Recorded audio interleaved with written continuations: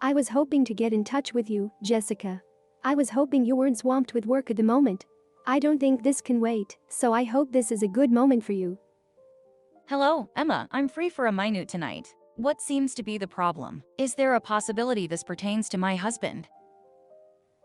Oh, so, how did you figure out that was the issue? In the course of my day's travels throughout town for business, I happened to drive by your house. It's not hard to see David's ludicrous vehicle, which is why I knew my husband had dropped by your house. Do I make sense? I assume you mean David by this. Or should I just remark that it takes a lot of bravery to invite my spouse over to your house in the middle of the day? But, so you've heard of us before, right? I'm curious as to where you got this information. Emma, I had no idea you were so dramatic, involving yourself with the spouse of a stranger. I had assumed you valued the institution of marriage more highly, or, at the very least, regard for your pals. So, now you know for sure. I'm at a loss for words. Me and David, well, it's true that we have deep feelings for one another. Honestly, I'm at a loss for words. However, how long have you heard about us? At what point did you realize it? Love. Do you like to refer to it by that name? The word you were looking for, in my opinion, is dishonest, unfaithful, underhanded. Is it possible to backstab? Sorry, but I can't help but find your celebration of an incestuous pairing repulsive. No need to put on airs around me. This vile relationship has nothing to do with romantic feelings. I don't understand how you can be so heartless and vengeful. Who are you to say such cruel things about us, anyway? Nothing could ever make her choose one Liz True over another in her affections. I have no idea who you claim to be. Your vile tirade cannot be overlooked, Jessica. As if you were the kind to discuss the unforgivable, please. There is no way to sweeten this situation or make it seem better than it is. You and David are engaging in a despicable affair. Actually, you should. In other words, it's absolutely accurate. Don't attempt to gloss over the situation. A person who would steal another person's spouse is the lowest form of life imaginable. Do you not have any remorse? Jessica, I get that you're fuming right now. You have every reason to be angry. We haven't been seeing one another for the sake of excitement, but David and I are an item. Each other means the world to us. Neither one of us set out to be in this precarious predicament with all these other loose ends. Sometimes life works like that, and I think we found true love at last. An understatement. Loose ends. You're referring to the way my spouse and I feel about each other. It's possible that your current feelings for each other are love, but they won't endure. That much is guaranteed by me. Please inform him as soon as possible that he must return. Without a chance to talk to David, I can't even begin to explore these options with him. What you're saying is that you're going to start talking about ending your marriage. It's high time that David and I have a serious conversation. There must be a choice made. Something I'll have to work on with him. In the end, we are parents. Stop talking, it seems like a deal has been made. Oh my goodness, I'm so excited. I had no idea this would be so positively received. If I don't have a chance to talk to David about it, nothing is going to happen. Stop making me repeat myself, Emma. Aha. Why, yes. I guess it helps to discuss things out. That makes sense, so I'll let him know he has to wrap things up soon. However, I can't be kept waiting indefinitely. Don't forget that David and I are already in love when you're explaining the scenario to him. Trying to stop what is about to happen is futile. Don't make me wait around like this, as I warned you to. When do you think he'll finally break? Just chill out. The last thing I want to do is spend another night apart from the guy I love. I gave you some leeway to wrap up all of these conversations. Have you completed everything already? This divorce settlement shouldn't take too much time. Awaken your senses and take stock of the circumstance. He no longer cares about you at all. He refuses to take part in a marriage based only on obligation. To tell you the truth, I think it's awful that you're trying to prevent David and I from being together. Hello, David. It's high time we have a chat. We can't put this off any longer. Quit trying to trick me. Where did you hide out for a while? You won't be able to put off having this talk forever. Look, I'm well aware of the cheating situation. Know of how awkward you find it. We need to have this conversation about our next steps anyhow. 4 days have passed already. You must talk to me right now about this. For how much longer do you intend to do this? As soon as this is settled, we may move on to other matters. I have no doubt that you have not visited Emma at her home. I don't know where you are, but can we finally sit down and have this conversation? No matter what happens with the divorce, you cheated. That's off the table at this point. You have to take responsibility for this. I will make you pay alimony and child support till the day you die if you drag this out any longer. I'm so sorry I haven't responded sooner. Do not make that mistake. Finally. David, you waited long enough? Exactly what have you been up to? Where have you been? By the way, currently, you are where? My current digs are at a downtown hotel. Have you been hiding out there the whole time? In a sense, that's true. How precisely have you been paying for your very lengthy stay here? That being said, some of your money has been covering it, I assume. I intended to bring it up when we spoke, but... Is that right? I should have known better to include this in the divorce settlement. I'll have a copy of the bill sent to me. Jessica, hold on for a second. Don't go through with it. David, I refuse to discuss this with you through text message. You must return to your house immediately. Quit wasting my time. Now. I can elaborate, Jessica. I just need a moment to explain everything to you. In-person communication allows you to fully clarify any topic. I have warned you we wouldn't be able to conduct this discussion over text message. Get out of here. I swear to God if you aren't back here in 1 hour. Okay, now I get it. As soon as I can, I'll be heading home. Please give me a moment to finish this.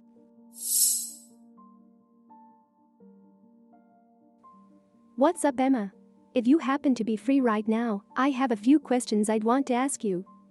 What's up? How are you? Have you accomplished all that needs to be done to finalize the divorce? It seems like that's the direction we'll be going in. But first, just based on my take on things and what David has told me about the two of you, and he did spill the beans, I need to pick your brain on a few topics if you don't mind sharing. It would be interesting to have David's take on everything, as well as yours, to see if there are any contradictions. Can I count on you to tell me the truth? Sure, it doesn't bother me one bit either way. To be more specific, however, what is it that you wish to discuss? Thank you very much. In any case, to begin with, it has been conveyed to me that you and your spouse are not yet divorced, but that you no longer reside together due to his overseas assignment. Is this correct? I was caught off guard by your question on that matter. However, you are right in thinking that we are separated, but not yet divorced. I had planned on filing for divorce as soon as I was certain that things would never again become contentious between David and I. I see. So, how are you and David doing?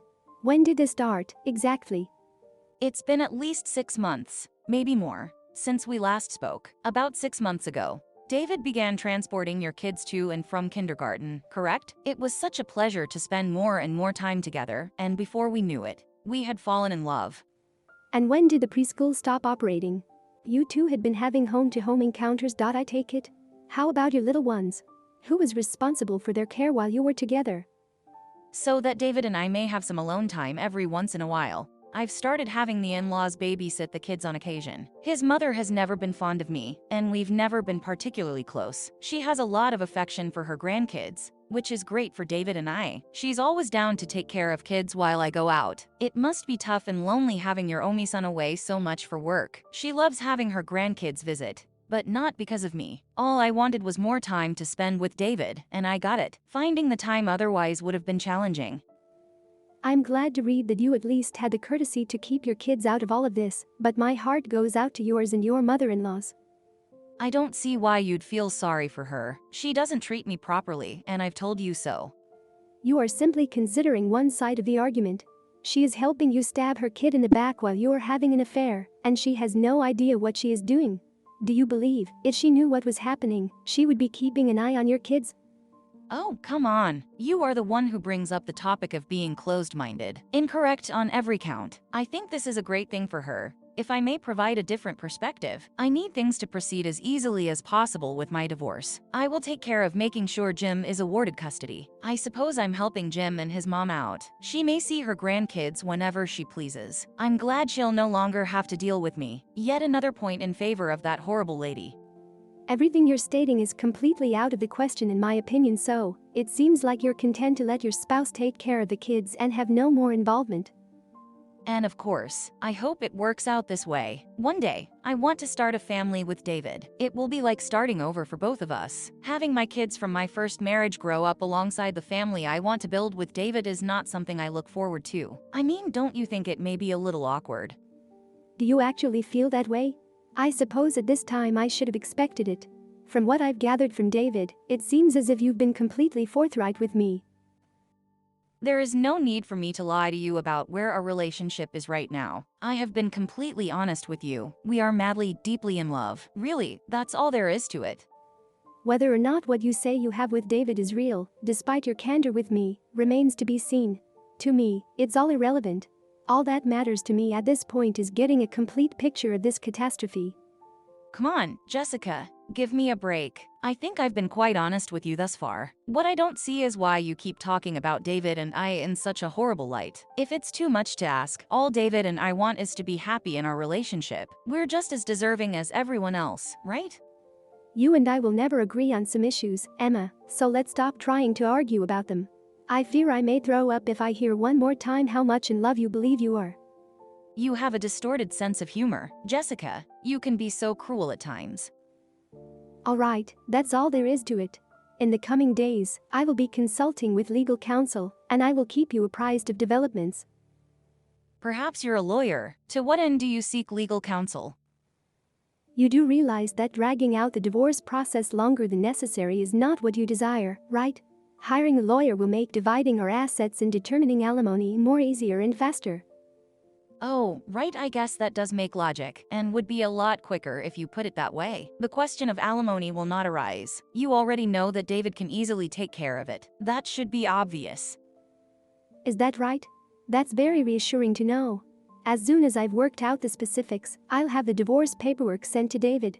Between now and then, he won't be staying here. In other words, could you please explain? Because, of course, he is. This is why we've decided to separate. Now that we've had this conversation, I don't need or want him back in my life. If he can remain with you, then I may mail the necessary paperwork to your home address without worry. You're not even going to leave the home, right? He is. That's illogical on so many levels. This makes total sense. I own the place. All relevant home paperwork isn't what I go by.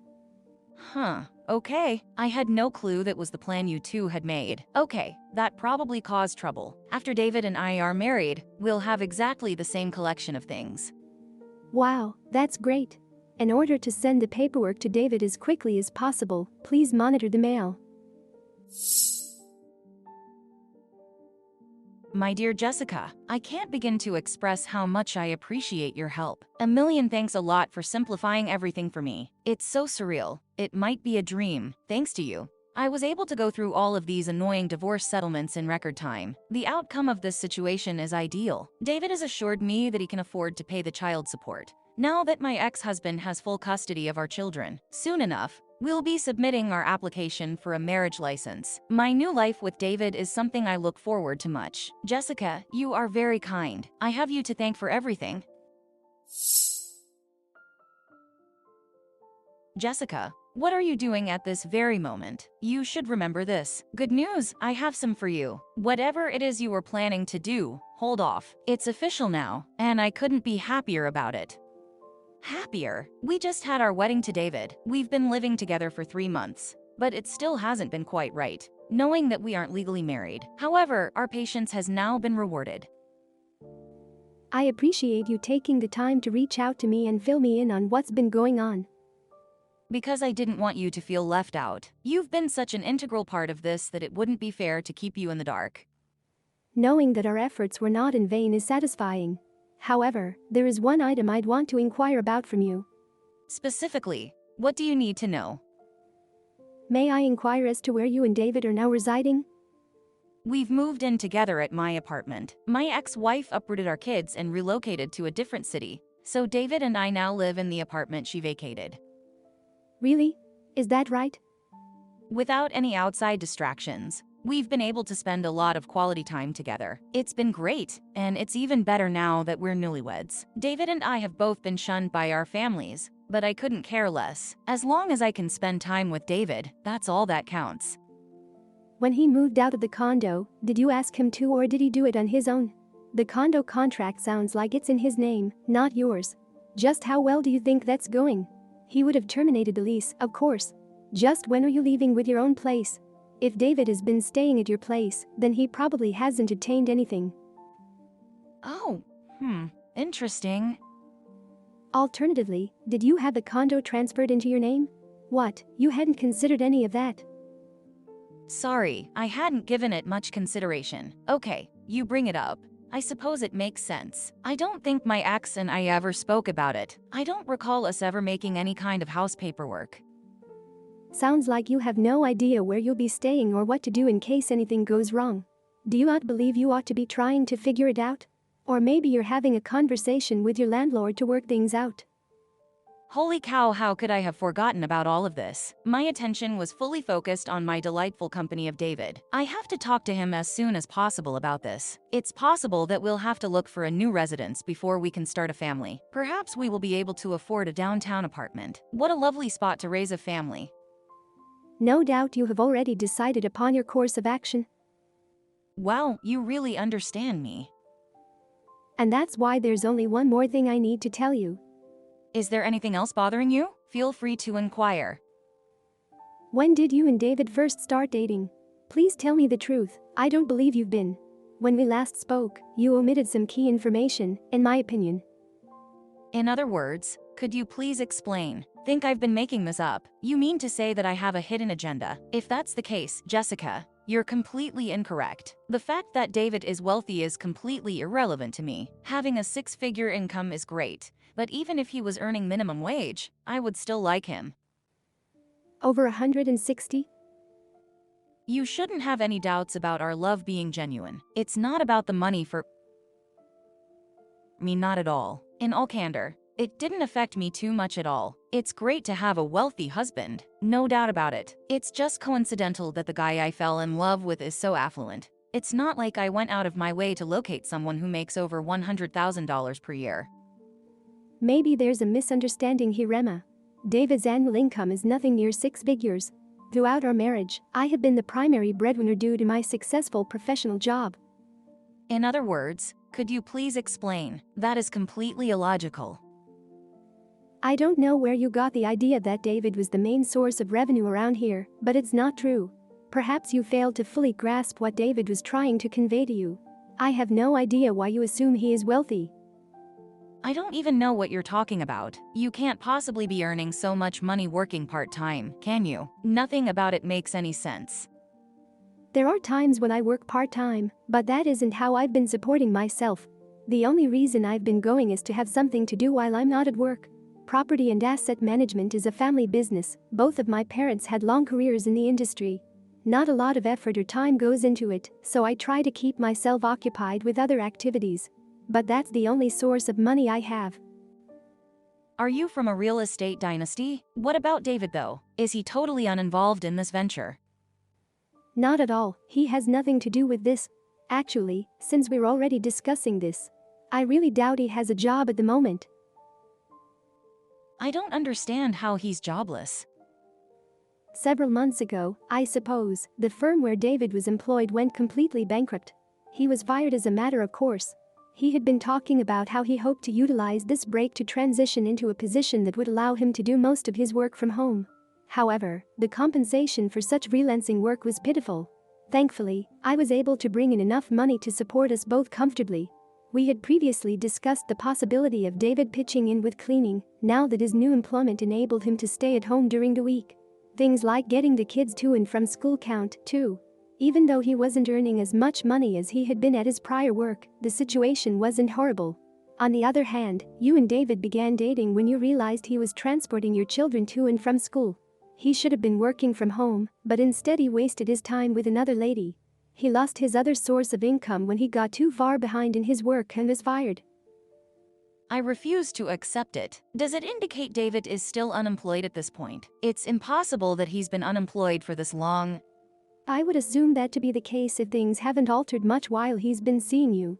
Since the divorce was finalized, I haven't spoken to him, so I have no idea. We must be mistaken. There's no way he's out of work. How could he have possibly explained all the reasons for the split? If he isn't working, he has no way of affording to make child support payments. Like I stated, Emma, I haven't had any contact with him. I have no idea where he got the money to pay for any of it.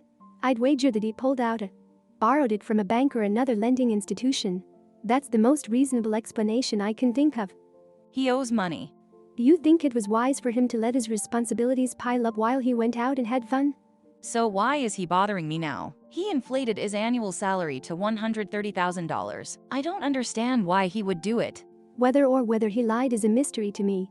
The possibility exists that he, too, misinterpreted him. Honestly, I have no idea. What the heck is going on here? Only you can decide the correct response to the question. This topic really came up during one of the talks that led to David and I filing for divorce. David said that you inquired as to his annual salary sometime before the two of you began dating. True enough. Yes, I clearly recall discussing the topic with him. He assured me that he made something in the neighborhood of $130,000 every year. I think he informed me that when you had inquired about money, he responded with our family income rather than his own particular pay. Perhaps you read something into that response that wasn't there. Cash flow at home. He had just recently started his new work-from-home job, and as I had previously said, he was earning far less money than I was. Perhaps at the time, he thought it was the best explanation he could provide. Of course, you probably don't give a hoot about any of this. As you yourself have said, you weren't very concerned about the monetary gain or loss. Right, that's what I said, right? You said that financial considerations had no role in your choice, therefore it must be love. It seems like everything is okay. Don't tell me you lied. Well, no matter how poor or unemployed he is still the guy you profess to love. However, financial constraints are not the issue here. He has no income and mounting debt. This is the type of trouble he's in. I had no clue. That's your life now, it appears. I'm confident the two of you will be able to work together to pay off all of that annoying debt. The two of you will be able to save enough to be affluent in no time. This is beyond my wildest imagination. I was not anticipating anything like this. Emma believed, maybe due to misunderstanding or simple lack of information, that David earned more than $130,000 annually. David and Emma would not be able to afford all that would be incurred between child support, divorce settlements, and David's unemployment debt. Emma turned her avaricious eye towards David's wealthy friend and set her sights on a new goal, but her hopes were dashed when David heard from his friend about what Angio was doing, and shortly after that, the two were divorced, and the settlement from Chevron left Emma to deal with many of the financial repercussions of the divorce.